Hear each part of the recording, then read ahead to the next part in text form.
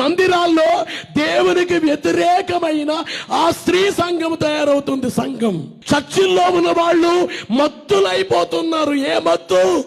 నిర్లక్ష్యం అనే మత్తు. మోకాళ్ళ జీవితాలు లేవు, దైవ భక్తి లేదు, దేవుడు అంటే భయం లేదు. మీ సంఘం రేపు మేఘం ఎక్కుతుందా? మీ సంఘం మహిమ గల సంఘమేనా? మీ సంఘం పరిశుద్ధుల సంఘమేనా?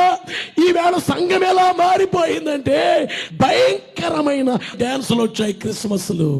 ఆ స్త్రీ క్రిస్మస్ లోకి వచ్చేసింది. స్త్రీ దేవా నా కోసం జన్మించారు అని స్తుతి చేయాలి మోకాళ్ళుని, కానీ డాన్సులో.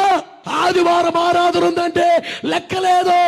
ఆదివారం చర్చ జరుగుతుంటే కొంతమంది ఇంటి దగ్గర వంటలు చేసుకుంటూ ఉంటారు, సినిమాలు చూసుకుంటూ ఉంటారు, సీరియల్ చూసుకుంటూ ఉంటారు, బట్టలు ఉతుక్కుంటూ ఉంటారు, ఇంట్లో కూర్చొని కబుర్లు చెప్పుకుంటూ ఉంటారు. బాప్తిస్మాని పొందినోళ్ళేనా వీళ్ళు? తన వ్యభిచార మద్యముతో మత్తులైపోలేదా వీళ్ళు?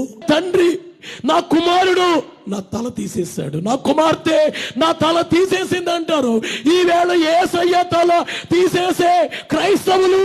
ఇదే పోటీ సంఘం. దేవుడు 7 ఏండ్ల శ్రమల కాలంలో ఈ పోటీ సంఘమంతా నాశనము చేయబోతున్నారు దేవుడు.